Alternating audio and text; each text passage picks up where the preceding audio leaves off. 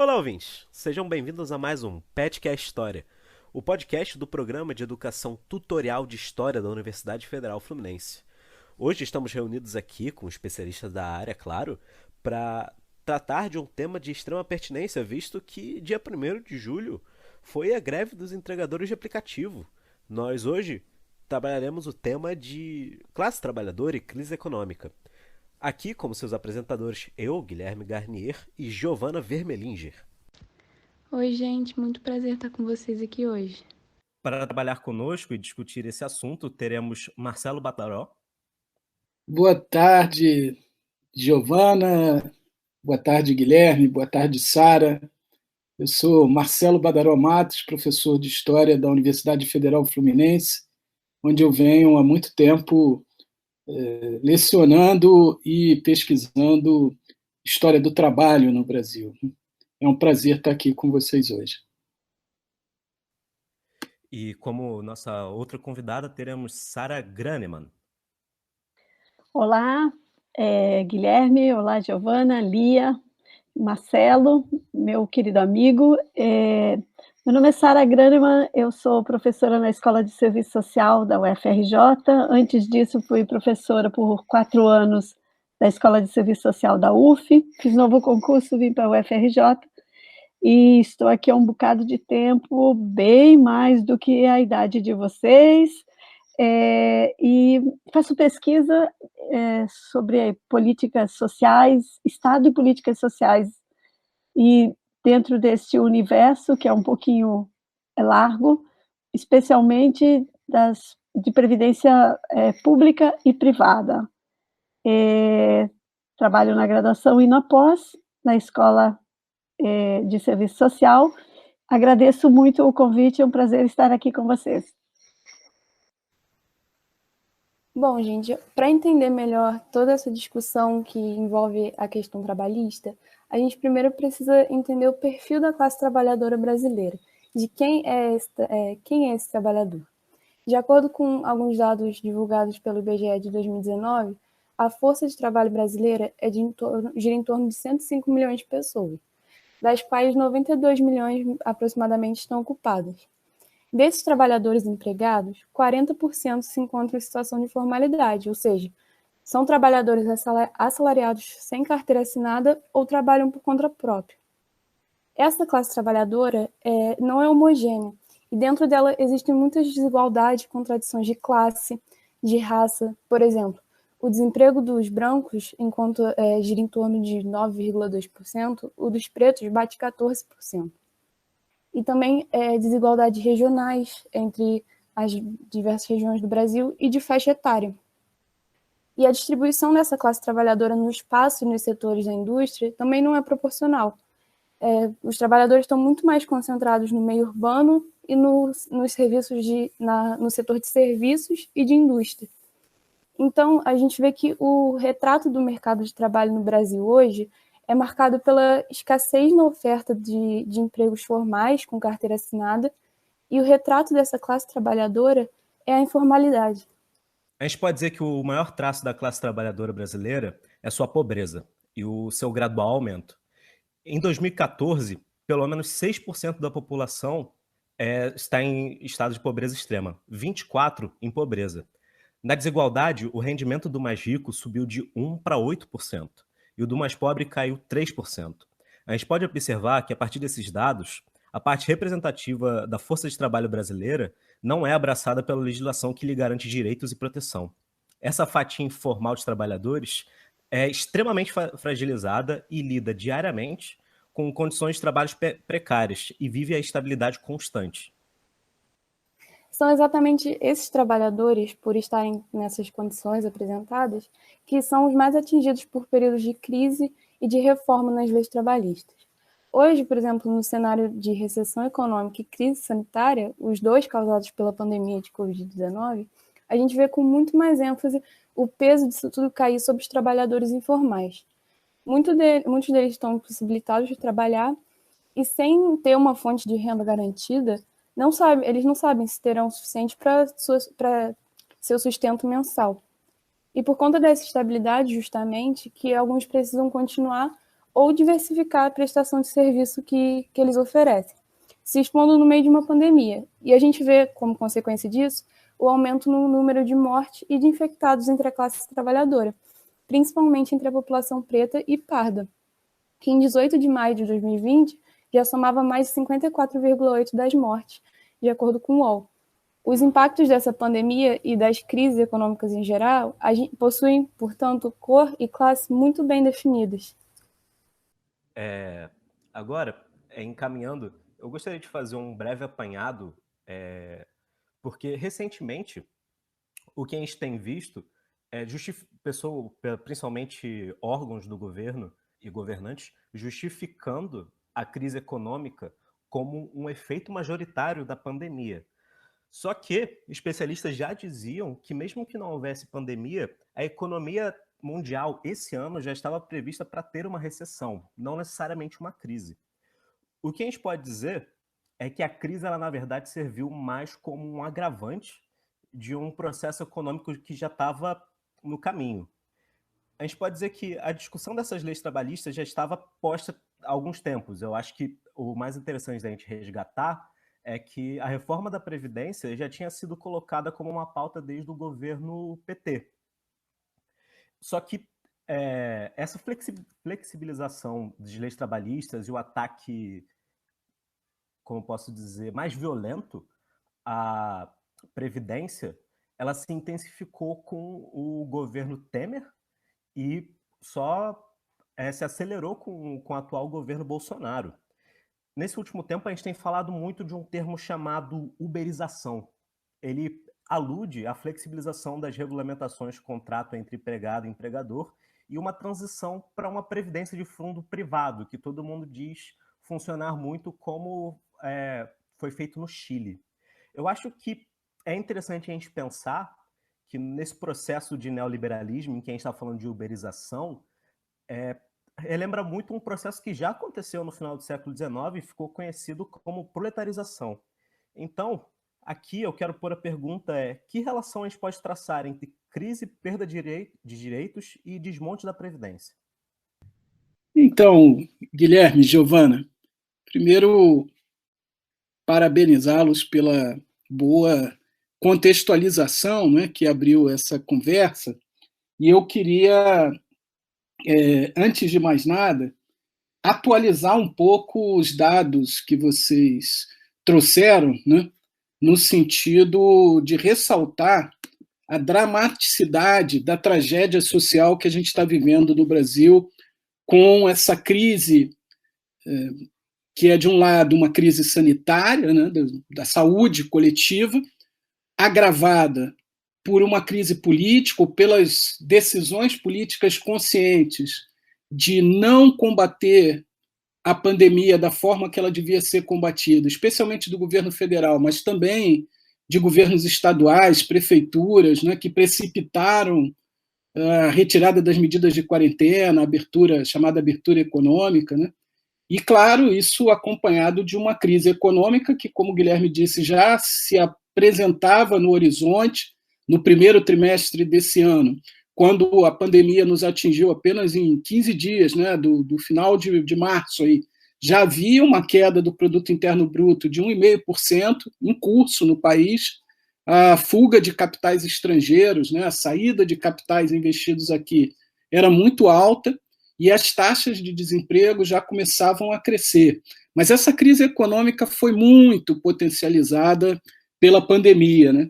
De tal forma que hoje, quando o Giovana apresentou o mercado de trabalho no Brasil no ano passado, né, ela falou de uma população ocupada de em torno de 92 milhões de pessoas, mas os dados que o IBGE revelou essa semana, do trimestre encerrado em maio, né, então ainda não estamos falando de junho, mas o trimestre encerrado em maio fechou com uma população ocupada de 85,9 milhões de pessoas. Então a estimativa é que, ao longo desses primeiros meses do ano, se fecharam 7,8 milhões de postos de trabalho no Brasil. Isso significa dizer não apenas que o desemprego cresceu, e ele cresceu, hoje são 12,7 milhões de desempregados, né? a taxa de desocupação está em 12,9%, mas mais do que isso, muita gente desistiu de procurar emprego nesse período, a taxa de desalento é de 5,2%, que é como o IBGE chama, quem durante aquele período não procurou emprego, né? São 5,4 milhões de pessoas que podem ter desistido de procurar por conta da crise sanitária, mas também porque sabem, muitas vezes, que não há empregos disponíveis para elas, né? E mais do que isso, a taxa de subutilização, quer dizer, de pessoas que trabalham menos horas ou menos dias na semana do que gostariam, está em torno de 27,5%, o que significa mais de 30 milhões de trabalhadoras e trabalhadores. Então, pela primeira vez, a gente tem, na força de trabalho brasileira, uma população ocupada que é menos da metade das pessoas em idade de trabalhar, né? Os dados são de 49,5% das pessoas. Esse é o drama, né, social que a gente está vivendo no Brasil hoje, né? Por isso mesmo, a pobreza, da qual também Giovana tratou com algumas informações, né, ela só fez crescer no último período. Ela já vinha crescendo, o número de pobres extremos, né, miseráveis, aqueles que têm dificuldade para sobreviver no dia a dia no Brasil, vinha crescendo desde 2014, tinha atingido no ano passado 6,7% da população, que são aproximadamente 14 milhões de pessoas, né? E o número de pobres, que inclui esses, mas não são todos pobres extremos, né, já tinha chegado no ano passado a 51,8 milhões de pessoas. Então, nós estamos falando aqui de aproximadamente um quarto da população que sobrevive com extrema dificuldade no país, né? Mas já no primeiro trimestre de 2020, então, sobre o influxo inicial ainda da pandemia, mas já nesse curso de crise econômica que começava, né, a se desenhar no horizonte, o rendimento dos 50% mais pobres caiu 6,3%. Mas a crise não atinge todo mundo igual, né? Porque o rendimento dos 10% mais ricos subiu cerca de 1% nesse período dos primeiros 3 meses do ano. Então, tem muita gente que lucra com a crise, né? Não é à toa que os rendimentos, a massa de rendimentos provenientes do trabalho, né, salário, basicamente, na economia brasileira, caiu, né, nesse período recente aí já da pandemia, né, medido até maio, caiu 5%. Então, a gente está falando de um crescimento aí do número de desempregados, de pessoas que estão desempregadas quase que permanentemente, já não procuram emprego, de pessoas que têm sua força de trabalho utilizada eventualmente, mas não todos os dias, que não conseguem sobreviver da venda da força de trabalho. A gente tem um quadro de pobreza extrema que está crescendo, né, na casa de centenas de milhares de pessoas, nesse momento, por mês, né? É isso que a gente está vendo. E, por isso, mesmo um governo tão reacionário quanto o governo Bolsonaro, né, viu a necessidade de desenvolver uma política de assistência social que a gente poderia dizer, né, insuficiente para tratar do nível, né, de dramaticidade da questão social no Brasil hoje, mas que ainda assim é, em termos proporcionais, a maior que já existiu na história do Brasil, né, pagando para mais de 60 milhões de pessoas um auxílio emergencial, né, que está na casa dos R$600 por 3, agora por 5 meses, né, foi estendido por mais 2. É pouco o valor do auxílio e ainda tem muita gente precisando e que não recebeu. Mas se a gente tem em conta, né, que esse auxílio está chegando, segundo o IBGE, a aproximadamente 38%, né, dos domicílios brasileiros, a gente está falando aí, né, de mais da metade da população brasileira, bem mais, né, chegando aí a 2/3 da população que pode estar sobrevivendo desses auxílios, porque são justamente as famílias mais pobres, mais numerosas, né, que estão tendo esse auxílio ou como a sua principal ou como uma fonte complementar, mas imprescindível, né, de renda para a sobrevivência nesse momento. Então, esse é o quadro dramático, né, dessa classe trabalhadora, é isso que ela está enfrentando. E, em meio à pandemia, o que eu poderia dizer é que o que aparecem como soluções para a questão do trabalho, do ponto de vista do governo, e aí a gente está falando tanto do executivo, quanto do legislativo e do judiciário, né, o que tem aparecido são mais propostas de retirada dos direitos. São essas propostas que permitem, né, que as empresas façam layoffs, né, quer dizer, dispensas temporárias para que o governo pague parcialmente ou completamente uma parcela, né, do salário desses trabalhadores. São essas medidas que têm sido tomadas, que permitem, né, às empresas um despedimento a custos mais baixos e aumentam o número de trabalhadores na fila do seguro-desemprego. São essas medidas que têm sido tomadas na direção do que vocês já mencionaram, vem acontecendo há vários anos no Brasil, da desregulamentação do mercado de trabalho, da retirada de direitos da classe trabalhadora, né?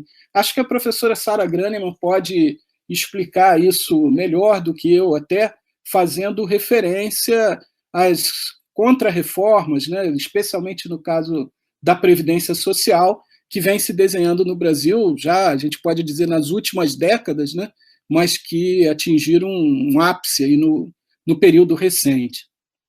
Obrigada novamente pelo convite para participar dessa conversa. E, sim, pela questão também, pela introdução, eu diria de início, a crise econômica que já estava instalada em 2019, e vocês e o Marcelo atualizaram e forneceram números, do meu ponto de vista, com a Covid-19, encontra a sua condição, o seu cenário perfeito para a retirada de direitos. Sobre o auxílio emergencial, o governo Bolsonaro e Guedes queriam que fosse 1/3 do que foi estabelecido, queriam que fosse no máximo R$200, do que foi estabelecido como 600 no Congresso. E também queria lembrar que a chegada desse dinheiro para as pessoas que precisam, para esses milhões e milhões e milhões, é uma chegada difícil, é uma chegada que o governo, me parece, com o uso, com o manejo da burocracia, retarda, chegando mesmo a impedir que as pessoas consigam ter acesso, muito mais pessoas consigam ter o acesso a esse valor para a reprodução das suas próprias vidas nesse momento de tanto horror, não é? Então, aquilo que já estava em curso no ano passado, e foi a 10 ou 12 de novembro de 2019, que a contra-reforma, chamamos de contra-reforma aquilo que retira direitos, e chamamos de reforma aquilo que é capaz de aumentar ou expandir direitos, né?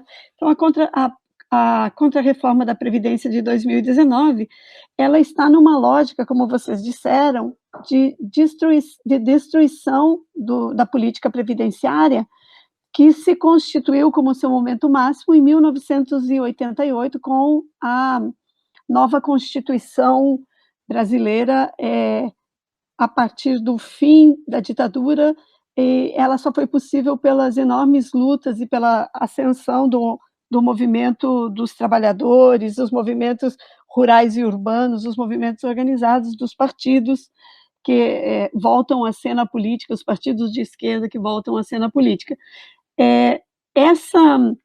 Esse marco do máximo previdenciário que tivemos no Brasil começou a ser destruído já no governo de Collor e Itamar, em 1993, que foi a primeira contra-reforma significativa que ocorreu contra aquilo que se estabeleceu em 88. Depois tivemos em 98 Fernando Henrique, que foi muito dura a emenda constitucional número 20, e depois Lula, que também fez uma contra-reforma muito regressiva, Dilma com outras duas, e chegamos ao solo que tornou possível o governo de Bolsonaro, realizar a mais grave e profunda contra-reforma nos direitos previdenciários. É verdade que se todas as anteriores não tivessem ocorrido, a de Bolsonaro não poderia ter sido tão funda, porque ele estaria brigando contra um patamar muito mais alto de direitos, muito mais importante para a vida da classe trabalhadora no Brasil. Então, essa conjunção da crise sanitária com a crise econômica e com a crise política, declarado por vários grandes multimilionários do Brasil, é uma oportunidade para que aqueles capitais em crise tenham mais chances de novos investimentos e para crescimento com inversões econômicas. Lehman foi um desses que declarou nos jornais, no final de abril para maio, que a crise é uma oportunidade. Evidentemente, ele está a falar de grandes capitalistas. E eu queria dar um dado aqui, que é o do levantamento de riqueza mundial feito pelo Credit Suisse em meados de 19, quando no Brasil já estávamos a viver a crise econômica e o número de desempregados crescia, que o Brasil figurou em 18 e 19 como o sexto país com mais produção de milionários em dólares do mundo.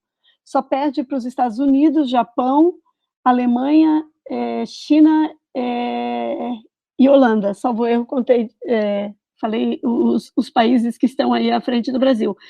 E de 18 para 19, cresceram 42 mil novos milionários no Brasil. Se a gente pegar o número de multimilionários do mundo, nós vamos ver que o Brasil foi, em 2019, o país a ter o segundo mais importante número de multimilionários do planeta. Primeiro foram os Estados Unidos, com 16 mil multimilionários. O segundo lugar coube ao Brasil, com 822 novos multimilionários.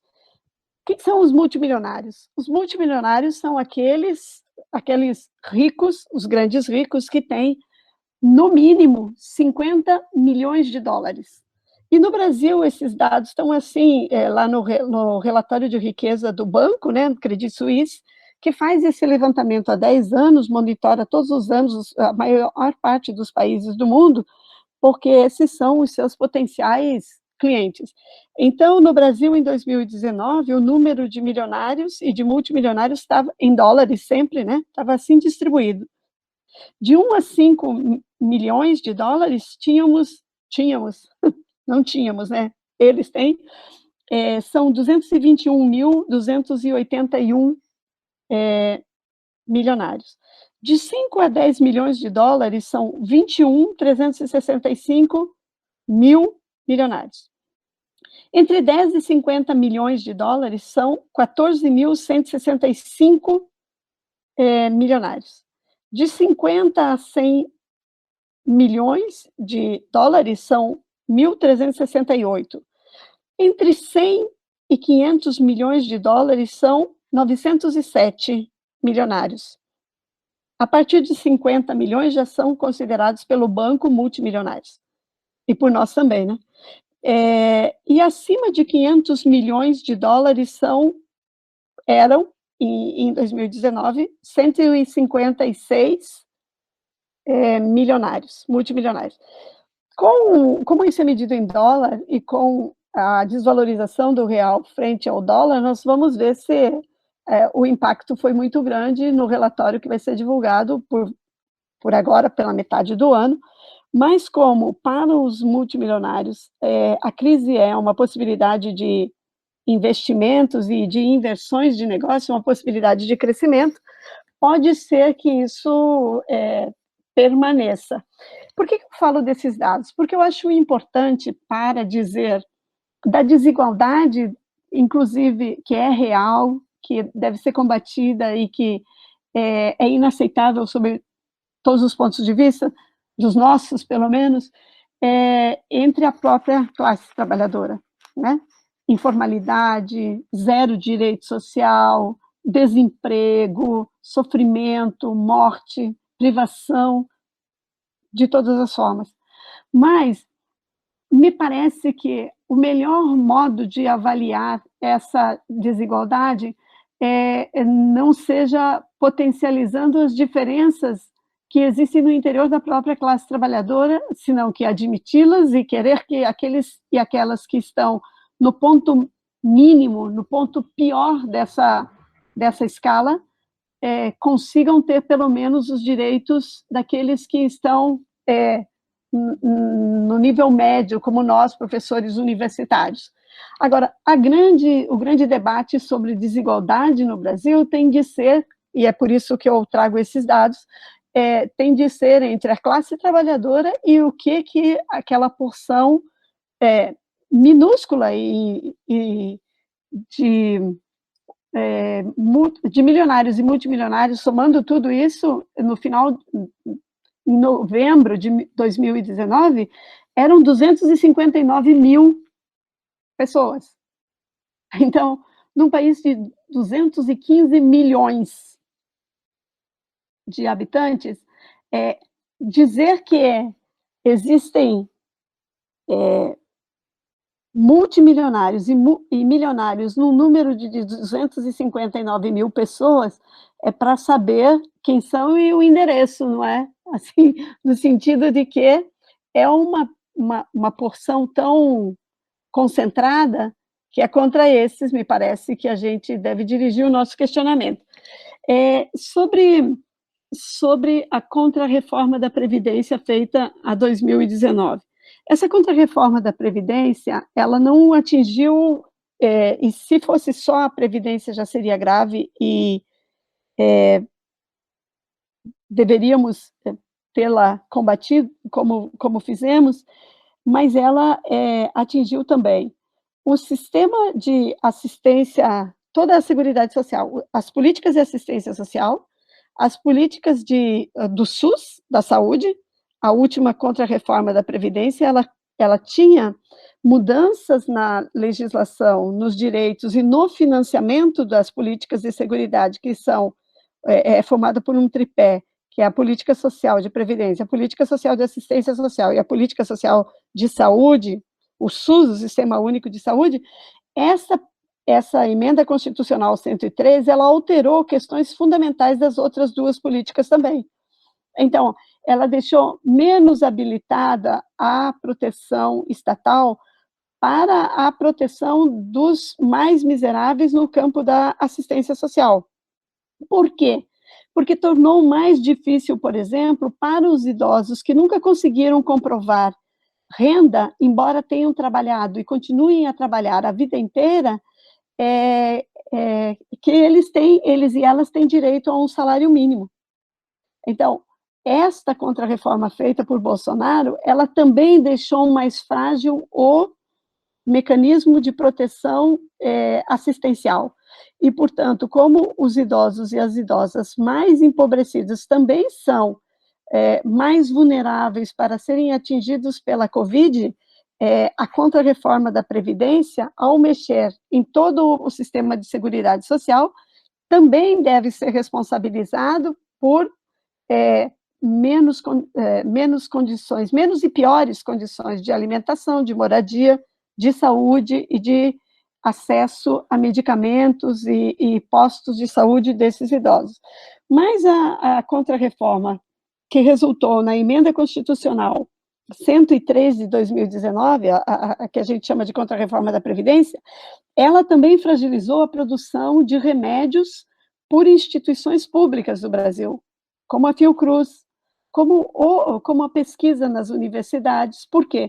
Porque ela retirou uma parte importante do financiamento a pesquisas para a produção de medicamentos de forma pública, que poderiam, inclusive, continuar a pesquisa da SARS, né, da outra epidemia com incidência, com vírus que incidiram sobre o aparelho respiratório, e que se aquelas pesquisas tivessem continuado e a pesquisa dos remédios tivesse ido à frente, seguramente estaríamos mais habilitados no campo das universidades e das instituições que pesquisam doenças e os seus remédios, os seus medicamentos para a cura, estaríamos muito mais próximos de uma vacina, né? Isso no Brasil, isso nos Estados Unidos também. Essa reforma da Previdência, ela também incidiu sobre o acesso ao PIS, ao PASEP e ao Fundo de Garantia por tempo de serviço. Ela, portanto, está muito relacionada com com medidas que a contra-reforma trabalhista não conseguiu contra-reformar. Essas medidas de contra-reforma aos direitos trabalhistas foram embutidos na contra-reforma previdenciária. E, portanto, tem mais dificuldade de acesso ao Fundo de Garantia, ao PIS e ao PASEP, e eles se tornaram recursos menores para a classe trabalhadora depois da contra-reforma da Previdência de 2019. Para não continuar falando tanto, eu gostaria de, ainda nessa primeira parte, dizer o seguinte: o tal orçamento de guerra que foi votado e que poucos questionaram a sua forma, porque se o governo de Bolsonaro quisesse, ele teria já constitucionalmente a possibilidade de manejar aquele mais de R$1 trilhão que os recursos que foram contingenciados pela emenda 95 de 17, ele poderia ter utilizado aquele dinheiro para o combate à pandemia. Como ele exigiu e não o fez com as garantias, com as possibilidades, com a determinação constitucional, esse uso desse enorme montante de dinheiro que provavelmente foi carreado para o pagamento da dívida pública, que já atinge 2 trilhões de 2018 para cá, foi feito uma autorização especial para que o governo utilizasse recursos estatais do fundo público, tanto para as políticas de assistência social, quanto para as políticas do SUS e do combate pela via da saúde, pela via da política social de saúde, do combate à pandemia. Nós soubemos recentemente, né, foi divulgado também nos jornais, mas pelo acompanhamento do orçamento público, que apenas 28% daquilo que foi autorizado a gastar foi gasto. É por isso que são 38% dos domicílios brasileiros e não 60%, 50% que tem recebido, como o Marcelo informou, que tem recebido o auxílio emergencial. Se utilizasse o dinheiro que tem lá contingenciado pela Emenda Constitucional 95, se utilizasse o recurso da PEC de guerra, do orçamento de guerra, na sua totalidade, ou para além dos 28% que utilizou até agora, a condição de vida dessa população que está ou na informalidade, ou desempregada, ou desalentada, ou empregada com péssimas condições de trabalho e de vida, seria outra, certamente. Esse número de mortos que está se amontoando no Brasil não tinha como único destino esse que nós estamos assistindo. O que eu gostaria de demarcar, para encerrar essa primeira parte, depois eu quero falar do Chile e da previdência privada, é que o Estado brasileiro tem um recolhimento de fundo público a seus cofres, que ele pode ter uma ação muito mais decisiva do que essa burocrática e intencional, me parece que é intencional, ação que o Estado está a desenvolver para proteger a maior parte de quem vive e trabalha no Brasil, da classe trabalhadora. No outro ponto,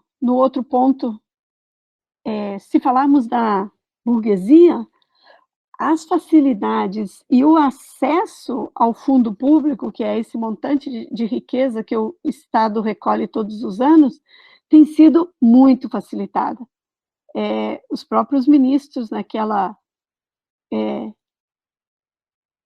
desavergonhada reunião que ficou conhecida de todos nós, reconheceram que seria um momento importante para passar legislações que, de outro modo, teriam mais dificuldade de serem votadas e implementadas, e isso tem muito a ver, se relaciona muito diretamente com a nova divisão do fundo público, que é essa riqueza estatal, entre as classes fundamentais no Brasil, entre os trabalhadores e a burguesia.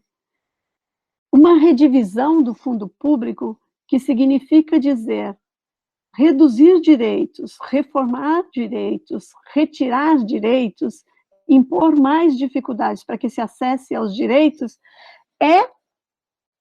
na outra ponta, transferir mais dinheiro para os capitais. É nesse momento que também está em curso uma reforma do Estado, na qual, quando ela começou em 2019, o governo de Bolsonaro e Guedes constituiu um programa de privatização de empresas que abarcava 698 estatais. 83 foram privatizadas, 73 em 2019, 10 já em 2020, nesse cenário dramático, já foram privatizadas, e ainda 615, salvo erro, a serem privatizadas. Eu acho que esta é também uma informação que pode nos ajudar a pensar por quê que num momento de tanta crise assim, a burguesia pode ter restrições ao palavreado chulo do presidente e dos seus ministros, tem restrição à falta de manejo civilizado de mais do que 2 talheres, mas continua a apoiar o Bolsonaro porque ele lhe serve muito bem nessa transferência de fundo público, ou como disse o grande capitalista, nessa oportunidade de investimentos como saída da crise. Acho que por enquanto é isso, e depois, conforme a provocação do Guilherme, eu gostaria de falar, sim, do Chile. Bom, primeiro eu gostaria de agradecer aos professores pelas reflexões que trouxeram, e agora falando um pouco sobre a questão sindical. A gente pode ver que na virada desse século, os sindicatos vêm perdendo bastante sua força política e a popularidade entre a classe trabalhadora.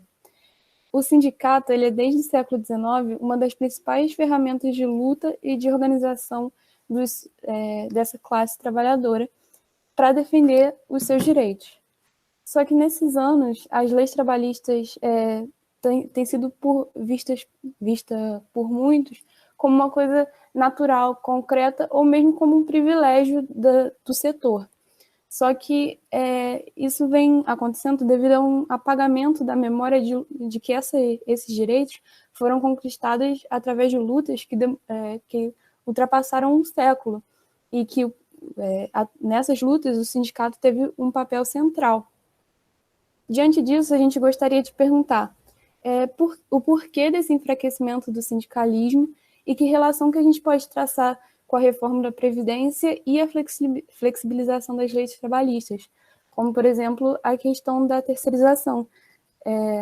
E a gente também gostaria de saber se isso aponta para um projeto mais amplo que busca desmobilizar esses aparatos de luta dos trabalhadores.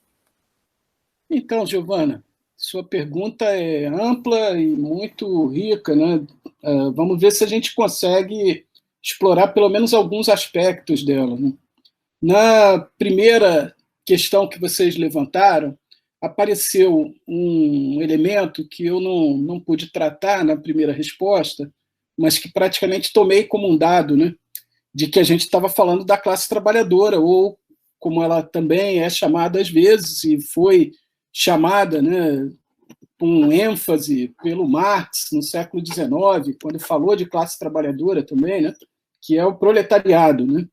Ou seja, quando o Marx falava do proletariado, ele estava se referindo a todos aqueles e todas aquelas que não tinham outra forma de sobreviver numa sociedade completamente mediada pela mercadoria, quer dizer, em que para comer, para dormir, para se vestir, para se transportar, né, é necessário comprar mercadorias, né? Numa sociedade como essa, todos aqueles que não eram proprietários dos meios para produzir essas mercadorias só tinham uma saída, né, despossuídos completamente, proletarizados, né, eles só tinham uma saída, vender a sua força de trabalho, em geral, em troca de um salário. Né? Ora, essa definição básica de classe trabalhadora, que o Marx não inventou, porque, na verdade, o Marx encontrou a classe trabalhadora já no seu momento aí de autoidentificação, quer dizer, quando trabalhadores e trabalhadoras se definiam como classe, se organizavam como classe, né? Essa definição mais basilar de classe trabalhadora, ela emerge da própria dinâmica, né, de lutas, de resistências, que a classe trabalhadora empreendeu desde o século XIX. Porque tão logo trabalhadores e trabalhadoras, né, pessoas que compartilhavam essa experiência de venderem a sua força de trabalho para conseguir sobreviver numa sociedade de mercadorias, de pessoas que compartilhavam essa experiência da exploração do seu trabalho pelos proprietários, né, dos meios de produção, proprietários das empresas, né, os detentores do capital. Tão logo essas pessoas compartilhavam esse tipo de experiência, elas criavam entre si identidades comuns que poderiam levá-las a enxergarem o mundo a partir de um lugar de classe, ou seja, a se verem como uma classe trabalhadora. Portanto, essa definição, né, de proletariado ou de classe trabalhadora envolve desde um conjunto de relações sociais cuja materialidade é muito objetiva. Quem não tem nada para viver numa sociedade de mercadorias precisa conseguir, né, o dinheiro necessário para comprar mercadorias, e só pode conseguir esse dinheiro, já que não tem nada, vendendo a única mercadoria que tem, que é a sua força de trabalho. Então, desde essas relações sociais bastante objetivas até, né, a identificação de interesses comuns que se opõem aos interesses de outra classe e, portanto, o desenvolvimento de uma consciência de pertencimento a uma classe social. Então, até essa dimensão mais subjetiva, né, que envolve consciência, mas também ação coletiva, né, se pensar como parte de um sujeito coletivo, de um coletivo de pessoas que têm interesses comuns, cujos interesses se opõem aos de outras classes e precisam se organizar para lutar, né, por esses interesses. Esse processo histórico que emergiu no século XIX em alguns países que já vinham passando, né, pela transformação da economia capitalista em direção a uma economia industrial, urbana e tal, esse processo é que dá origem ao sindicalismo. Né? De certa forma, a gente poderia dizer que, por tendência, onde há exploração do trabalho pelo capital, vai existir resistência, organização coletiva, luta coletiva. Agora, a história não é linear, vocês, historiadoras e historiadores aí, sabem muito bem disso, né? A história não é uma sucessão de fatos que vai se acumulando em direção a um objetivo previamente traçado por alguma força divina ou material, né? E que necessariamente vai desembocar num dado lugar. Se assim fosse, cumulativamente, essas lutas coletivas da classe trabalhadora desembocariam, ou já teriam desembocado há muito tempo, numa transformação social mais profunda. Avançou-se em direção a isso em alguns momentos, né, processos revolucionários e que tiveram por sujeito coletivo a classe trabalhadora aconteceram ao longo do século XX, final do século XIX, com a Comuna de Paris, a Revolução Russa de 17 e tantas outras, mas também houve muito retrocesso. Do ponto de vista do sindicalismo, o que a gente pode dizer é que o movimento sindical enfrenta, né, momentos de maior dificuldade para a sua organização e, em certos momentos, em certos períodos, desabrocham ondas, né, de lutas, de mobilizações, de greves, de enfrentamentos capitaneados pelos sindicatos. Não há uma linearidade, até porque a classe trabalhadora não está jogando esse jogo sozinha. Né? Todo mundo lembra daquela frase do Garrincha, né, quando o técnico da seleção brasileira pergunta para ele se ele entendeu instruções que tinha dado de como ele devia passar pela equipe adversária. Né? E ele chamava os adversários da seleção, de outras seleções, sempre dos russos. Né? E ele perguntou, mas, professor, o senhor já perguntou isso aí para os russos? Eles já sabem disso? Quer dizer, a classe trabalhadora enfrenta outras classes, né? Ela enfrenta, em especial, a burguesia na sociedade capitalista. E sem combinar com os russos, sem combinar com a burguesia, porque isso não está colocado, né? A classe trabalhadora não está jogando esse jogo sozinha. E a burguesia joga esse jogo manipulando, na medida do seu controle sobre o aparato do Estado, né, boa parte dos meios de comunicação, do seu controle sobre a produção, né, de ideias dominantes numa determinada época, que o Marx, lá, voltando ao século XIX, né, chamou de ideologias, quer dizer, as ideias dominantes numa determinada época são as ideias da classe dominante, a ideologia dominante numa época é a ideologia da classe dominante, ideologia tem esse sentido duplo, né? É um conjunto de ideias que reflete a realidade, mas não reflete sem mediações, reflete com várias mediações. O Marx usava a expressão, a imagem, né, da câmera escura, aquela que é o princípio que orienta, por exemplo, o funcionamento da máquina fotográfica, né, de uma imagem invertida sobre a qual, né, a partir da qual vai se imprimir, né, a chapa fotográfica, a fotografia. Hoje em dia não faz muito sentido mais usar essa imagem, né? A gente usa câmeras digitais, as pessoas têm muito mais dificuldade para chegar nessa metáfora aí da câmera escura, né? Mas, de qualquer jeito, a gente sabe que uma fotografia é bidimensional, a realidade, né, é multidimensional. Então, essas questões podem ainda, né, ajudar a entender que a ideologia não é um retrato fiel do real, ou até porque um retrato nunca é fiel o suficiente para reproduzir toda a complexidade da realidade. Né? Ela é uma imagem cheia de mediações, e boa parte dessas mediações tem a ver com o fato de que as ideias dominantes numa época são as ideias da classe dominante, como dizia o Marx. Portanto, há uma série de ideologias, né, que incidem sobre a classe trabalhadora e que, em alguns momentos, limitam a percepção dessa consciência coletiva. Eu vou citar uma, hoje em dia, que é a ideologia do empreendedorismo, né? Uma série de faces do mercado de trabalho, né, hoje está mediada por essa ideologia do empreendedorismo, de que as pessoas não são trabalhadoras diretamente para as empresas, mas elas são parceiras, colaboradoras, e que elas são empreendedoras, porque elas estão gerenciando o seu próprio trabalho. Né? Essa ideologia está por trás de boa parte, né, da retirada de direitos que Sara vinha comentando, que ocorreu nos últimos anos no Brasil. Né? O que se apresenta não é que trabalhadores e trabalhadoras estão perdendo nada, o que se apresenta pela ideologia dominante é que os trabalhadores e as trabalhadoras estão ganhando mais liberdade para empreenderem. E conforme eles tiverem mais esforço ou mais mérito individual, eles vão ter mais ou menos sucesso. Então, a ideia de meritocracia está associada a isso aí. O que essa ideologia esconde? Né? Ela esconde uma ampliação da exploração do trabalho pelo capital. Agora, não são só as ideologias que incidem, dificultando ou limitando o alcance das lutas coletivas, né?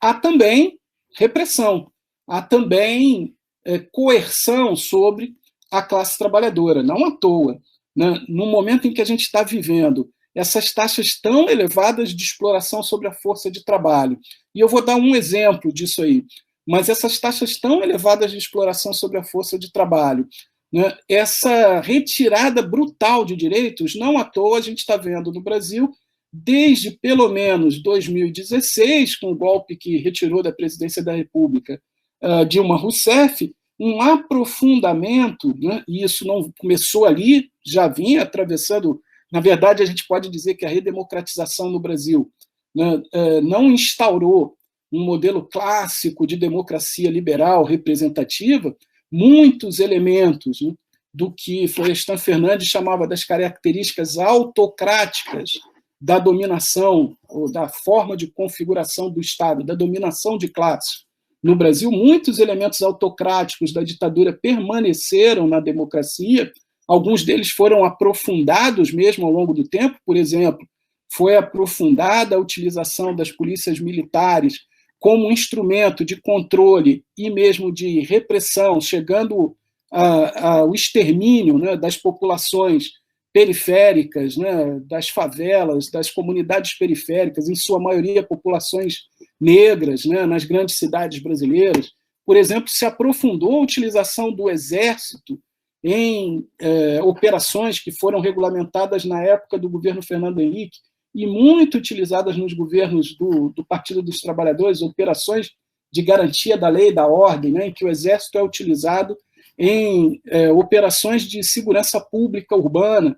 Quer dizer, todos esses elementos, né, autocráticos atravessaram a história recente da democracia brasileira. Mas desde 2016 isso vem se aprofundando e eu acho que chega ao ápice com a eleição de um personagem que a gente poderia facilmente, não tenho tempo aqui para classificá-lo, assim, explicar essa classificação, mas que a gente podia facilmente chamar de neofascista, né, que é o Jair Bolsonaro, eleito presidente da República em 2018.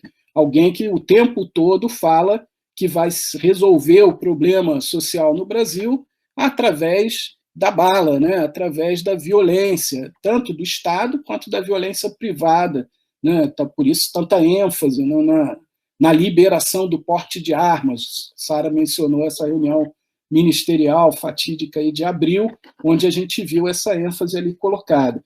Então, a repressão também é um instrumento que contém as lutas da classe trabalhadora, algumas no seu nascedouro, né, antes mesmo da organização coletiva surgir preventivamente, né, outras quando a organização coletiva já está na rua, quando a ação coletiva é mais ampla, né. Agora, também é preciso ter em conta que os sindicatos, enquanto organização formada pela própria classe trabalhadora, eles podem escolher caminhos diferentes, eles não escolhem isso livremente, as condições dadas, né, os empurram mais para um lado do que para o outro, mas eles podem trilhar caminhos diferentes na organização coletiva e na luta coletiva. E o caminho que a gente observou no Brasil, né, nos últimos anos foi de maior burocratização dos sindicatos, quer dizer, de maior conformação dos sindicatos à estrutura institucional do Estado brasileiro, né? Seja diretamente, porque até hoje no Brasil os sindicatos precisam de autorização do Ministério do Trabalho para existir, seja indiretamente, porque ao longo dos governos do Partido dos Trabalhadores o que predominou foi uma adesão política, um apoio político aos governos mais do que o impulso original que os sindicatos deveriam sempre ter, né, que deveria sempre prevalecer, que é o impulso pela defesa dos interesses da classe trabalhadora, né. Então, é nesse quadro que a gente entende um certo refluxo dos sindicatos no Brasil no período atual. Mas eu volto à questão da tendência a que onde há exploração, haja lutas, organizações coletivas, haja resistência da classe trabalhadora, né. E aí eu vou me fixar de novo na conjuntura atual, na pandemia, né? Porque esse é um momento em que é muito difícil pensar a luta coletiva quando a gente está lutando para poder ficar em casa para defender a vida das pessoas, né? É o fato de que a gente não teve, e agora menos ainda está tendo, né, condições para que as pessoas fiquem em casa, que explica que o Brasil seja, né, o epicentro mundial da doença nesse momento, com o maior número de mortos diariamente, né, ultrapassando 1.000 pessoas por dia já há várias semanas, né? Então, é nessa conjuntura tão difícil que a gente pode buscar exemplos de como a organização sindical e a luta coletiva continuam se impondo, né? E eu vou lembrar o 1º de maio. O 1º de maio é o dia tradicional de luta da classe trabalhadora, né? Ele tem uma longa história, e no 1º de maio desse ano, em plena pandemia, a gente viu aquele ato belíssimo de poucas, mas muito corajosas enfermeiras em Brasília, que amanheceram na Praça dos Três Poderes, com cruzes, né, lembrando aí a sociedade como um todo, não apenas de que elas eram trabalhadoras essenciais, né, como também que estava morrendo muita gente por conta da política, né, genocida do governo federal no Brasil. Não à toa, elas foram lá para a Praça dos Três Poderes, né. Aquele ato, de certa forma, descortinou um elemento que, na fala da Giovana, da abertura, da introdução, tinha aparecido, né, que a classe trabalhadora é atravessada por uma série de contradições que têm a ver com as ideologias da classe dominante, mas não só com as ideologias, a própria forma de funcionamento do capitalismo, né? Entre essas contradições estão as contradições de gênero, né? A opressão de gênero atravessa a exploração do trabalho e a própria composição da classe trabalhadora. Enfermeiras são majoritariamente mulheres. Na área da educação, a maioria das trabalhadoras, mulheres. Né? Nas áreas que a gente normalmente relaciona ao cuidado com a vida humana, predominam as mulheres. E na pandemia apareceu muito fortemente, e está aparecendo, né, o fato de que as mulheres estão trabalhando muito mais, porque quando elas trabalham em atividades essenciais, né, elas trabalham fora de casa, mas também dentro de casa, aumentou a carga de trabalho sobre o conjunto das mulheres, porque o capitalismo se apropria, né, da ideologia patriarcal para colocar as mulheres na condição de trabalhadoras não remuneradas em trabalhos que são essenciais para a reprodução dessa força de trabalho que é o proletariado, ou seja, para o cuidado de crianças, para a alimentação, o cuidado da casa, né? Então, enfermeiras, voltando lá, foram para as ruas no 1º de maio mostrar a importância dessas trabalhadoras essenciais no combate à pandemia, a importância das mulheres na luta coletiva no Brasil hoje, e foram organizadas por um sindicato, né? Outro exemplo que a gente podia dar, e eu vou terminar com esse exemplo, né, tem a ver com a greve que aconteceu ontem no plano nacional, né, dos entregadores de aplicativos, né? Entregadores de aplicativos parece ser uma coisa ultramoderna, né? Porque, afinal de contas, quando eu comecei a dar aula de história, eu não sabia nem que existia, já existia em alguns lugares e tal, mas eu não sabia nem que existiam aparelhos celulares. O meu primeiro aparelho celular eu já tive já no século XXI, né? Eu sei, vocês são, na sua maioria, criaturas do século XXI. Parece que eu estou falando de algo, né, que é da vida toda de vocês, mas para mim, né, é uma parcela em anos, né, menor da minha vida, mesmo que possa ser mais intensa.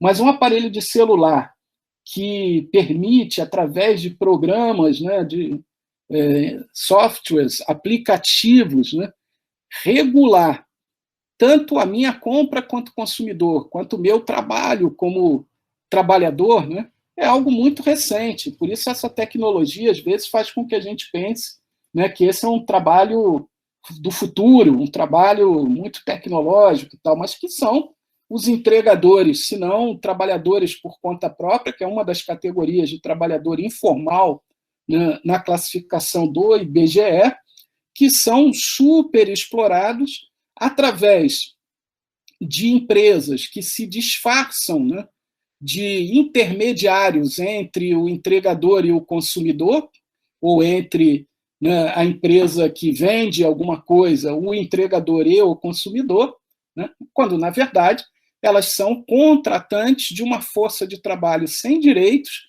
né, que é hiperexplorada na mão desses aplicativos, seus algoritmos e tal, né, que são a mediação, digamos assim, que não permite a essa força de trabalho chegar diretamente à empresa, ao patrão e tal, né? Há muita mediação dessa ideologia do empreendedorismo aí no meio disso. Mas quando a gente olha para os entregadores, quem são eles, né? Em sua maioria, teve uma pesquisa feita por uma pesquisadora da Unicamp, Luciana Bilho, com algumas centenas de entregadores, já agora na pandemia, né? E o que ela encontrou de perfil são aproximadamente 60% de trabalhadores negros. Estou falando de trabalhadores no masculino porque 95% deles são homens, a maioria jovens, né? 65% tem menos de 35 anos, que trabalham muito. Antes da pandemia, 57% trabalhava mais de 9 horas por dia.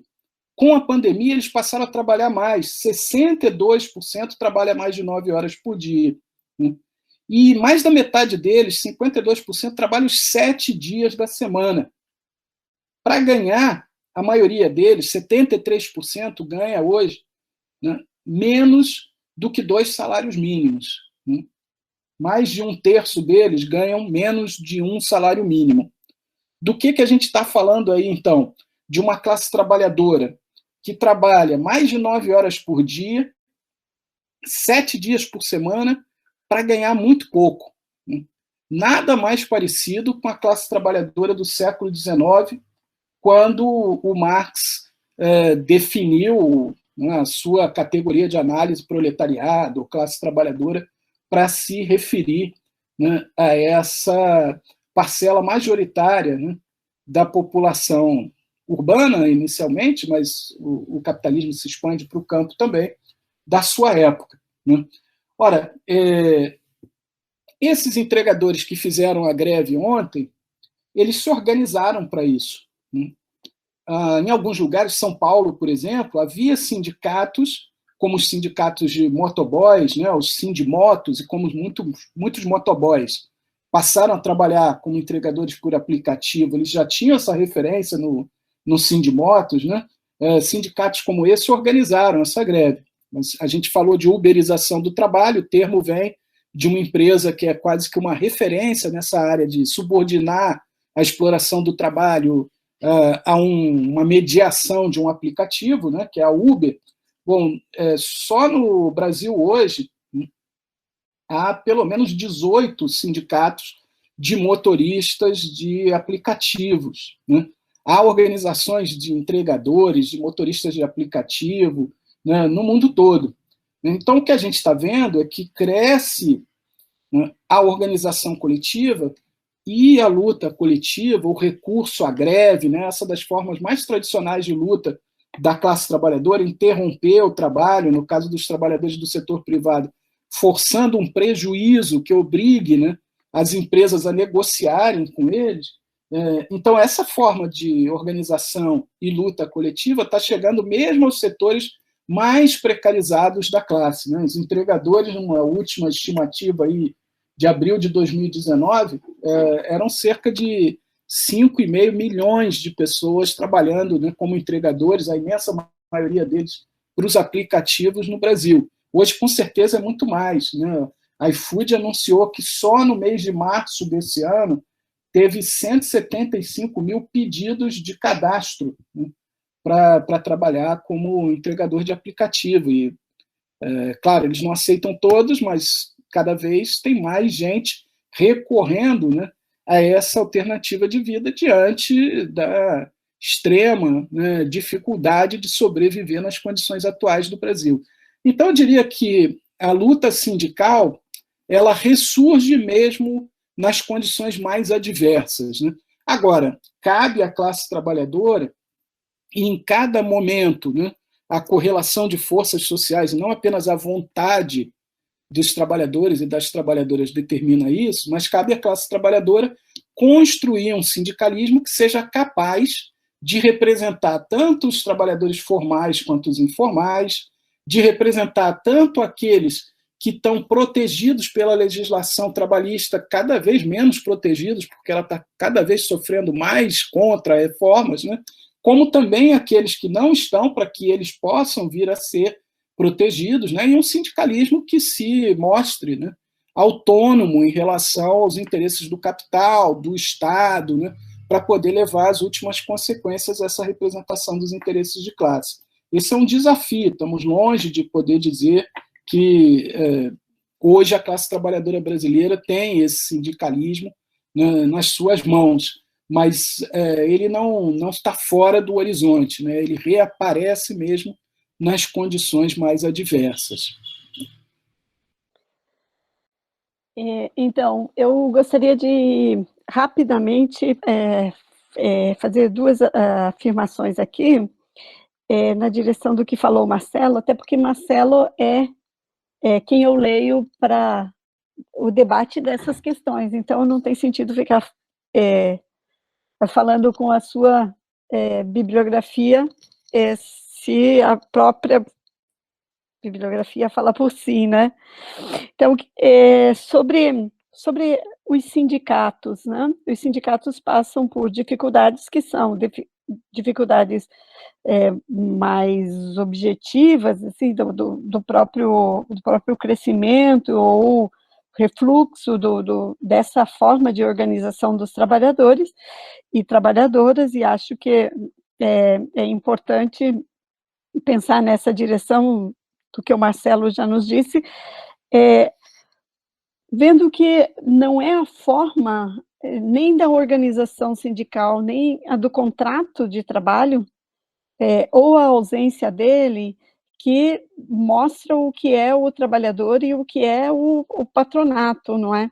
Então, os sindicatos têm de se pensar com profundidade como é que uma parte importante da classe trabalhadora, às vezes, que faz o mesmo trabalho, mas com condições de trabalho e de contrato muito diferenciados entre uns e outros, pertencem à mesma categoria, e os esforços que devem ser feitos para que todos sejam integrados, ao menos na organização da classe trabalhadora, das frações da classe trabalhadora, sem as desigualdades que os contratantes nos impõem, né?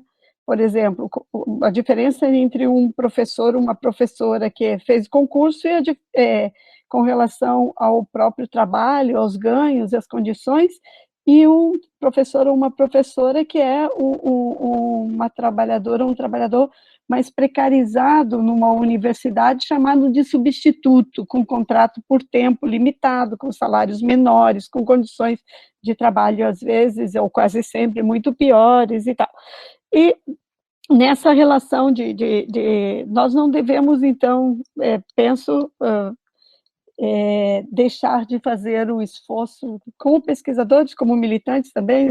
Eu milito na base do Sindicato dos Docentes, no Andes, e de modo que não seja o contrato de trabalho, a diferença do contrato de trabalho que nos faça, que nos aparte, porque nós achamos que não é muito ou bastante professor ou professora ou aquele que está num contrato precarizado. É brutal que exista também isso, me parece, depois o Marcelo me corrige, por favor, se eu estiver falando uma bobagem aqui, o elemento a nos dividir e enfraquecer a luta. Não pode ser assim, não pode ser assumido por nós, porque senão tomar a forma, né, pelo conteúdo, é tão professora, aquele que está com um contrato pior, como eu ou o Marcelo Badaró somos, porque fomos concursados e etc, etc. É óbvio que isso não cancela, no campo, na vida objetiva, que as condições de trabalho e os salários sejam piores daquele professor que é o professor, daquela professora que é substituto. Mas, ao menos no âmbito da organização da classe trabalhadora ou das suas frações, isso não a separação entre os trabalhadores e as trabalhadoras não devem ocorrer. Eu falo isso porque me parece que teve, num determinado período, espero que isso esteja sendo deixado para trás, entre os sindicatos, fora da experiência, inclusive, dos docentes, mas também, num determinado tempo, também entre os docentes, mas no próprio âmbito do operariado, né, a forma do contrato de trabalho chancelava ser ou não sindicalizado, ou estar ou não no sindicato mais forte ou menos forte no enfrentamento ao patrão. E isso vai reforçando aquelas que parecem bobagens, mas que a ideologia, ela é material, né? Também ela tem uma determinação material muito forte, que parece bobagem que uma pessoa que é tão explorada na vida como um entregador queiram convencer-lhe que isso ele é um empreendedor, mas também assim aqueles operários que foram demitidos das fábricas e passaram a fazer a produção de peças, de parte das peças ou de peças no fundo do quintal da sua casa, e que por isso perderam a previdência, por exemplo. Como passou a ser uma pequeníssima empresa familiar, né, que ali se produzia a peça para entregar à empresa, que com isso pode reduzir custos de produção, esses trabalhadores tratados como empreendedores, como portadores de CNPJ e não de CPF, né, ficam responsáveis. Veja como essa ideologia vai também não só para a condição material salarial e do emprego ou do desemprego, mas vai também para a forma como o direito é viabilizado. Então, nessa pequena empresa, ou alguém que é um entregador de mercadorias, frequentemente ele não está nem ligado à forma pública da Previdência Social, que não consegue pagá-la, né?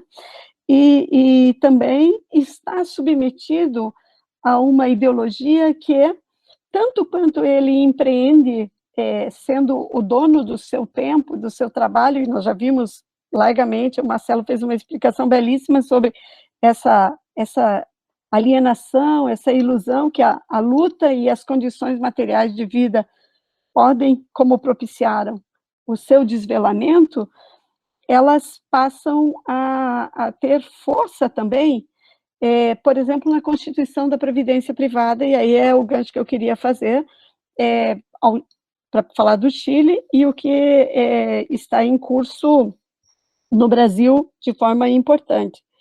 Então, seja seu próprio empreendedor, tenha o seu próprio negócio, tenha o seu próprio emprego, faça a gestão do seu próprio emprego, mesmo que isso te leve a jornadas de trabalho como o início da Revolução Industrial, 14, 16 horas por dia.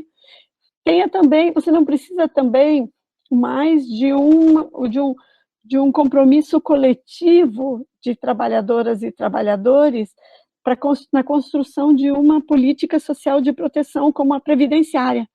Faça você mesmo, faça a gestão da sua velhice você mesmo, da sua futura velhice, e vá a um banco e contrate a sua própria previdência, pague-a todos os meses, porque se você não tiver como pagar num dos meses, as suas perdas são gigantescas, assim, aquilo que você já poupou ali naquela forma de investimento chamado previdência privada, alcança perdas muito significativas e ninguém o protege. Então, essa gestão do empreendedor é uma ideia que ela começa a ser forte quando os governos ditos neoliberais, a partir das crises econômicas do final da década de 60 e início da década de 70, e se estendem pelo mundo, começam a dizer que o Estado é muito pesado, o Estado é muito grande, os direitos sociais são privilégios, e são privilégios de poucos trabalhadores, começam a jogar com a oposição entre jovens e idosos. No campo da Previdência, isso é muito presente. Jovens e idosos, trabalhadores contratados pelo capital, trabalhadores contratados pelo Estado, trabalhadores formais, com contrato formal de trabalho, trabalhadores informais.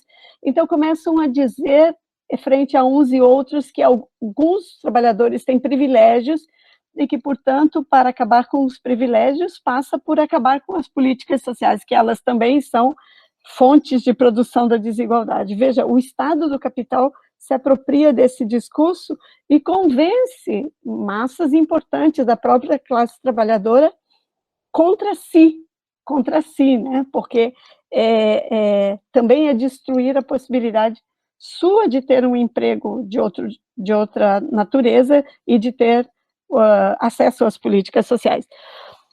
O Chile foi, embora tenha surgido essa forma dita previdenciária, que eu sempre sempre escrevo e digo que ela tende a aparecer entre aspas, né? Previdência privada é uma contradição nos termos, porque, primeiro, que não é previdência, previdência só pode ser aquilo que é social, ou seja, gerido pelo máximo de universal que a gente tem no modo de produção capitalista, que é o Estado do capital, não o Estado da classe trabalhadora, mas é ali que pode se expandir para o mais universal possível, sem ser nem na história, no modo de produção capitalista, em qualquer estado do mundo se conseguiu que políticas sociais e emprego fossem universais, porque isso não é do modo de produção capitalista. Mas, se a gente tomar no máximo aqueles 30 anos que existiu num lugar muito determinado, na Europa Ocidental, no pós-Segunda Grande Guerra Mundial, políticas sociais mais extensivas, né, elas foram possíveis numa conjuntura muito determinada da existência da União Soviética, da possibilidade da taxa de lucratividade aumentar, porque havia países e países a serem reconstruídos, do cansaço da classe trabalhadora, porque foi quem fez a guerra, da mortandade de dirigentes, da destruição de partidos e sindicatos que perderam as suas referências, né, de construção, e também porque a constituição desse estado de bem-estar com alguma política social, ela é o resultado dessas três determinações das quais eu falei agora rapidamente, mas também é resultado do armamento de parcelas significativas da classe trabalhadora, que, quando acaba a guerra, em alguns países, como na Grécia, uma parte da França, uma parte da Itália, uma parte da Inglaterra, da Espanha, os trabalhadores de uma parte desses países voltaram para casa com a metralha, né, pendurada no ombro, com os armamentos, né, que eles usaram na guerra. Acabou a guerra, vão para casa, e vão para casa em armas. Então, era preciso, por essas 4 determinações, ter uma intervenção sobre a classe trabalhadora e sobre as suas condições de vida, e então se constitui de modo mais importante, entre 2 décadas e meia, 3 décadas, as políticas sociais, que daí se expandem de modos também muito diferenciados para vários, ou para todos ou muitos dos países pelo planeta. Mas veja, não foi igual nem nos países da Europa ocidental, né? Porque os imigrantes do norte da África nunca tiveram plenamente a mesma cidadania que os franceses nascidos no território francês, mesmo que houvessem ainda as colônias, os territórios além do mar, né? Nunca tiveram os mesmos direitos. Assim, na Alemanha, os turcos também nunca tiveram os mesmos direitos que completamente os mesmos direitos que os alemães. Assim, na Inglaterra, os indianos nunca tiveram os mesmos direitos, mesmo nesse período do welfare state, que os ingleses, e assim, em todo essa porção aí da Europa. mas é fora desses principais países que se desenvolve a ideia de uma previdência privada. E especialmente quando nos Estados Unidos há um grande ataque destrutivo, e o Marcelo é quem sabe disso com profundidade, a ação dos sindicatos. Então, nos Estados Unidos, nós vimos agora, e as pessoas, inclusive, que saíram dos hospitais privados depois de serem tratados pela Covid, com uma conta gigantesca que não lhes é possível sanar, quitar, saldar com o sistema privado de saúde, que é essencialmente o que existe nos Estados Unidos, e as pessoas têm seguro-saúde, né? Também não há o embrião que o New Deal começou de uma política social, foi nas décadas de 60, 50, 60, destruídos, né? Então, aquele embrião não chegou a se constituir como uma política de previdência pública nos moldes da Europa. Quando essa onda de crise e de contra-reformas, essa onda contra-revolucionária das décadas de 60, 70, avança, e que se constitui ditaduras na década de 60, 70 pela América do Sul, aquilo que não havia sido estabelecido nessa porção do mundo é não só o mínimo que tivesse, e aquilo que não tinha sido destruído em quase todos os países. Mas num dos países havia começado, em 70, uma construção importante de seguridade social que estava em construção em moldes ainda mais avançados do que na própria Europa, do welfare state. E que país era esse? O Chile, do início dos 70, né? Entre 70 e 73, antes do golpe, estava em construção, com todas as dificuldades pelas ameaças, aquele regime social que nascia ali, né? Uma previdência pública o mais universal que pudesse existir. Com o golpe, do qual participaram na sua gestão, né? Depois, como trabalhadores do Pinochet, o ministro da Economia do Brasil foi um deles, né? Trabalhou com o irmão do presidente atual, o irmão do Pinheira, foi o ministro da Previdência, de Assuntos Previdenciários do Pinochet. E o Guedes deu a sua odiosa contribuição lá na construção de uma previdência privada total, com desmonte absoluto da previdência pública. O que eu quero dizer é que previdência privada, na maior parte dos países, é um ato de força do regime. A previdência privada no Brasil é de 77, é também um ato de força da ditadura contra os trabalhadores.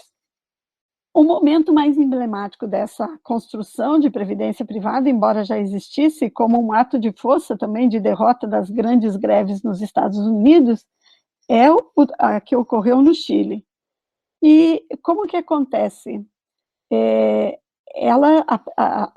A previdência deixa de existir como pública, e os trabalhadores e as trabalhadoras, quando o decreto foi promulgado por Pinochet, eles tinham e elas tinham de escolher ficar no sistema público, quem já estava, ou migrar para o sistema privado. É óbvio que o sistema público foi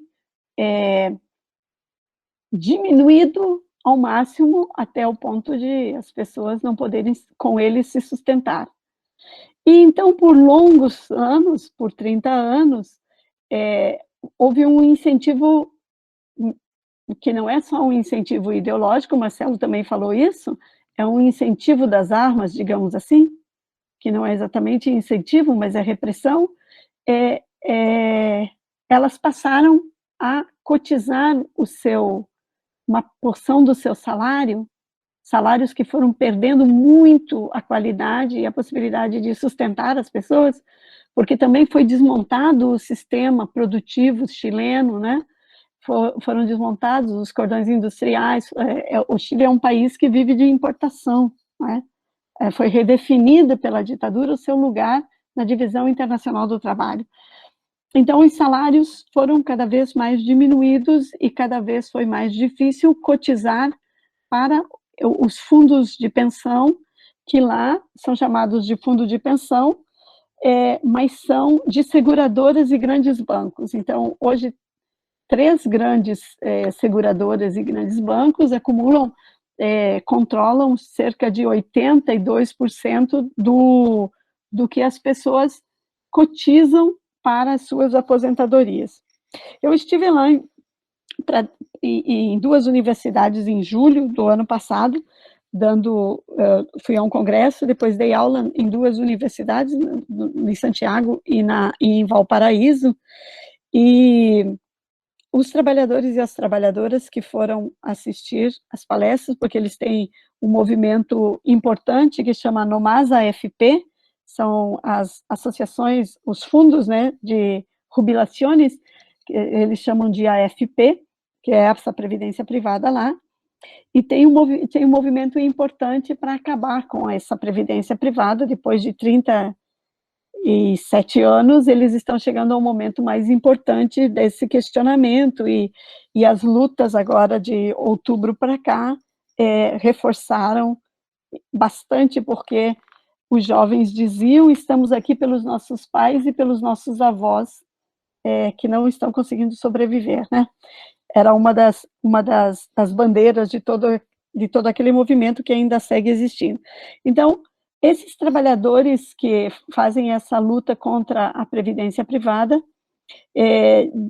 disseram numerosas vezes, diziam que fariam um depoimento porque acompanhavam a movimentação da quebra e da destruição da previdência pública no Brasil por Bolsonaro, enquanto tramitava. Isso foi em julho do ano passado.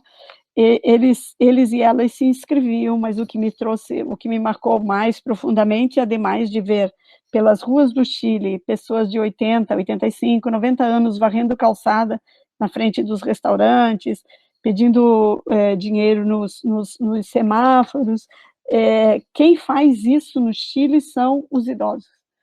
E uma dessas idosas se inscreveu numa fala muito comovente em Valparaíso, na Universidade Católica de Valparaíso, onde se realizava a palestra que eu ministrava, e disse o seguinte: o meu sonho da vida inteira, ela tinha 82 anos, o ano passado, o meu sonho da vida inteira foi conhecer o Rio, onde a senhora mora. Ela se dirigia a mim, falaram que eu trabalho na Universidade Federal do Rio de Janeiro, e conhecer, ainda que fosse um pedacinho do litoral do Brasil, que soube, pelas leituras que faço, é o litoral mais lindo do mundo, dizia ela, assim, numa fala emocionada e amorosa com o Brasil.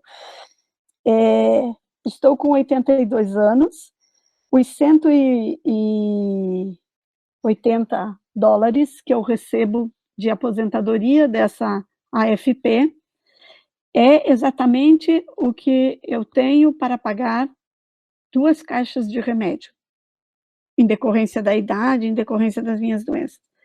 Eu voltei, portanto, há muitos e muitos anos, eu tive de aposentadoria sem trabalhar cerca de 2 meses, ela tinha 82. Voltei a trabalhar numa escola. Eu sou ajudante da professora de uma escola, de um educandário infantil. Eu, com 82 anos, fico ali porque a própria professora jovem diz que eu sou muito necessária nesse trabalho, como um gesto de generosidade comigo, porque eu não tenho a menor energia aos 82 anos para cuidar das crianças.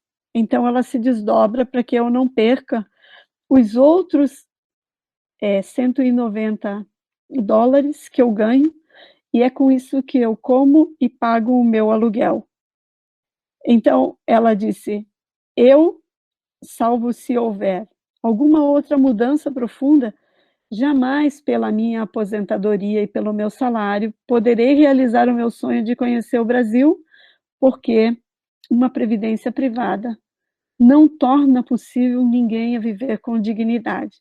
Eu espero, dizia-me ela, numa fala muito comovida, assim, o auditório quase todo chorou, ela, eu, todo mundo. Eu espero que vocês não permitam que o Chicago Boy, que vive no ministério lá no Brasil, junto com o presidente Bolsonaro, realize no Brasil o que fizeram contra nós. Destruíram a nossa previdência pública e nos obrigaram a ir para a empresa, para a previdência privada, que só faz uma coisa, dá lucro aos bancos, e não é capaz, porque não é essa a sua vocação, de cuidar de idosos, de acidentados, de doentes, quando nós não temos mais força para trabalhar. Como é que é isso no Brasil? A partir de 77, já estou terminando, se constitui a previdência privada no Brasil, como um ato da ditadura. Por quê? Porque a ditadura tinha constituído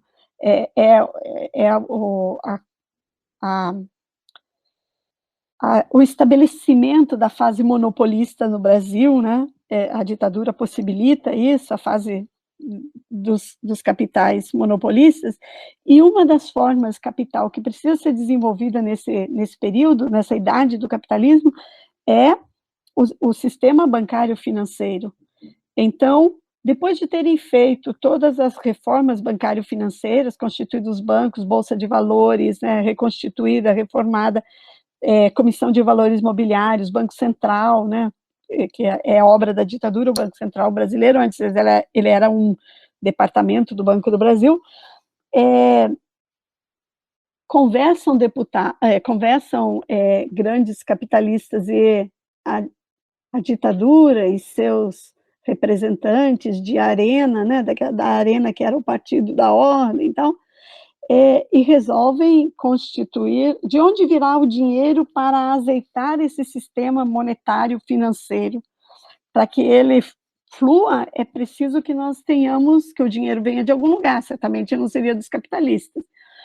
Então, eles têm como saída a criação, não foi a única, mas talvez tenha sido uma das mais importantes, a criação da previdência privada.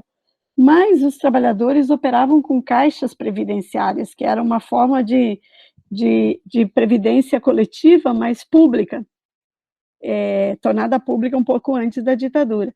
Então, eles disseram, vamos instituir a previdência privada e vamos incentivar que os trabalhadores ou migrem para a previdência privada, que eles não chamavam de previdência privada, chama de previdência complementar, migrem para essa forma de previdência, até que a previdência pública se torne residual. Já diziam isso em 77. Bom, então, quem começa a ter previdência privada no Brasil são os trabalhadores das estatais, que recebem, assim, a estatal põe 5 partes por mês e o trabalhador uma parte. Esse é um incentivo para que as pessoas façam essa previdência, que os trabalhadores consintam e assumam a previdência privada. Além das grandes estatais, Petrobras, Banco do Brasil, Caixa Econômica e tudo o que foi criado de estatais e que já existia, Vale do Rio Doce, aquilo que já não existe mais como estatal, e as grandes empresas transnacionais começaram a operar muito decisivamente para que essa previdência privada crescesse. Nesse momento se constitui, nesse momento de 77, as duas formas de previdência privada. A previdência privada fechada, que é aquela que diz que pode ser acessada por um conjunto de trabalhadores de uma mesma categoria. Então, pode fazer parte da Previ, que é a previdência fechada, contra os trabalhadores do Banco do Brasil, eu costumo brincar com isso, porque não é a previdência dos trabalhadores, e já vou terminar dizendo isso, Então, só pode participar desse fundo de pensão, dessa previdência privada fechada, quem for trabalhador de uma determinada categoria, contratado por uma determinada empresa. Então, essa é a previdência complementar fechada, que também é chamada de fundo de pensão. E há a previdência complementar aberta, que é aquela que os bancos vendem individualmente para quem quiser empreender a sua própria previdência. Ambas são privadas, mas uma depende só da sua iniciativa e da sua conta bancária, do seu contra-cheque e do seu bolso, e nessa, o próprio trabalhador e a própria trabalhadora vão ao banco e fazem um contrato. Ela é mais perversa do que uma poupança, porque ela impõe aos trabalhadores perdas. E a outra é essa fechada, que é de uma categoria profissional, e que o patronato deposita, agora é 1 para 1, não tem mais 5 para 1, não, como foi no começo, e o patronato deposita algum dinheiro todos os meses. Ambas são mercado de capitais, ambas operam como mercado de capitais. Elas não são previdência por isso, porque elas não estão nem garantidas pelo Estado, nem pelo empregador, e elas investem em investimentos que são, muitas das vezes, na maior parte das vezes, investimentos de risco. Então, essas formas de previdência estão entre os maiores investidores, os maiores compradores dos títulos públicos brasileiros, nacionais e internacionais. Fundos de pensão, previdência privada aberta e fechada, compram os títulos públicos brasileiros. Aí é preciso fazer uma emenda constitucional 95, aquela do teto dos gastos, para que sobre dinheiro no âmbito da política previdenciária pública, no âmbito da educação pública, no âmbito das universidades, dos institutos, no âmbito do SUS, no âmbito de todas as políticas sociais, para que esse dinheiro não utilizado nas políticas sociais conforme o fundo público controlado pelo Tesouro Nacional, que remunera com juros esses papéis que são, olha só, de propriedade dos grandes capitais, dos grandes ricos e dos grandes fundos de pensão que compram esses títulos, e ao mesmo tempo que eles compram esses títulos, eles fazem diminuir a eficácia e a amplitude da previdência pública. Então, elas são contraditórias entre si também, porque as reformas previdenciárias vão ocorrendo para que os direitos previdenciários dos trabalhadores sejam cada vez menores em termos de custos e de dinheiro que se gasta do fundo público para bancar essas aposentadorias, porque esse dinheiro precisa pagar os títulos públicos dos detentores privados, inclusive da previdência privada. A outra forma, então, quando os fundos de pensão e os bancos, naquilo que eles chamam de previdência aberta, compram títulos públicos, eles são solidários com a destruição das políticas sociais e da retirada de recursos para realizar as políticas sociais. E quando eles investem em ações de empresas capitalistas, eles são também aqueles fundos de pensão, aquela previdência privada fechada, ou aquela previdência privada aberta, eles compram as ações das empresas e sentam-se na diretoria, são os diretores dessa empresa e dizem qual é a taxa de lucratividade que eles esperam a partir da exploração da classe trabalhadora ali naquela determinada empresa. A previdência privada, nas suas modalidades, aberta ou fechada, operam contra os trabalhadores, muitas vezes quebram, e movimentam recursos gigantescos, mas nunca uma aposentadoria, entre aspas, privada, será segura para o trabalhador e a trabalhadora, muito embora a instituição previdenciária privada possa ter muito dinheiro, já movimenta cada uma delas mais de R$1 trilhão no Brasil, tanto a fechada quanto a aberta. A fechada tem cerca de 400 fundos no Brasil, fundos de pensão, e chega passa de R$1 trilhão. Então, embora o que os trabalhadores contribuam forme um montante gigantesco de riqueza, isso não se reverte em aposentadorias melhores que as aposentadorias públicas. Se os trabalhadores e as trabalhadoras tivessem permanecido na Previdência Pública e lutado pela Previdência Pública, certamente as suas aposentadorias integral e para o conjunto dos trabalhadores poderia ser muito generosa do que a combinação de parte de privada e parte de pública. Esse dinheiro é capital portador de juros, é capital fictício nos termos de Marx, né? São formas capital que atuam como capital e, portanto, não se pode chamá-los, nem porque eles não transferem os benefícios para os trabalhadores, e porque também agem com o capital, não podem ser chamados de previdência.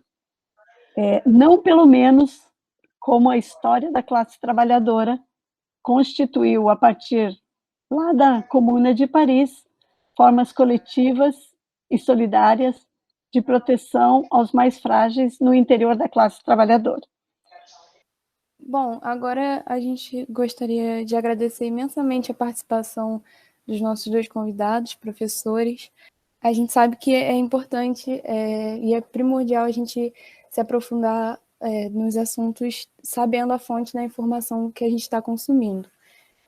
Muito obrigada mesmo pela participação, foi uma experiência muito boa. A gente agradece também a presença do ouvinte até aqui e a gente quer convidar vocês a seguirem a gente nas redes sociais. No Twitter nós estamos como Pet História, porque a gente conseguiu pegar esse nome primeiro. No Facebook nós estamos como www.facebook.com/PetHistoriaUF e no Instagram nós somos Pet História UF. Eu acho importante também lembrar que nós do PET estamos trabalhando, desenvolvendo atividades nesses tempos de pandemia, e além do nosso podcast, também temos o Cinepet em Casa, que conta com indicação de filme, séries, livros, toda semana nas redes sociais. Inclusive, a temática do trabalho já foi trabalhada, então, se você se interessou pelo podcast e se interessa pelo tema, temos indicação de livros, de filmes e documentários.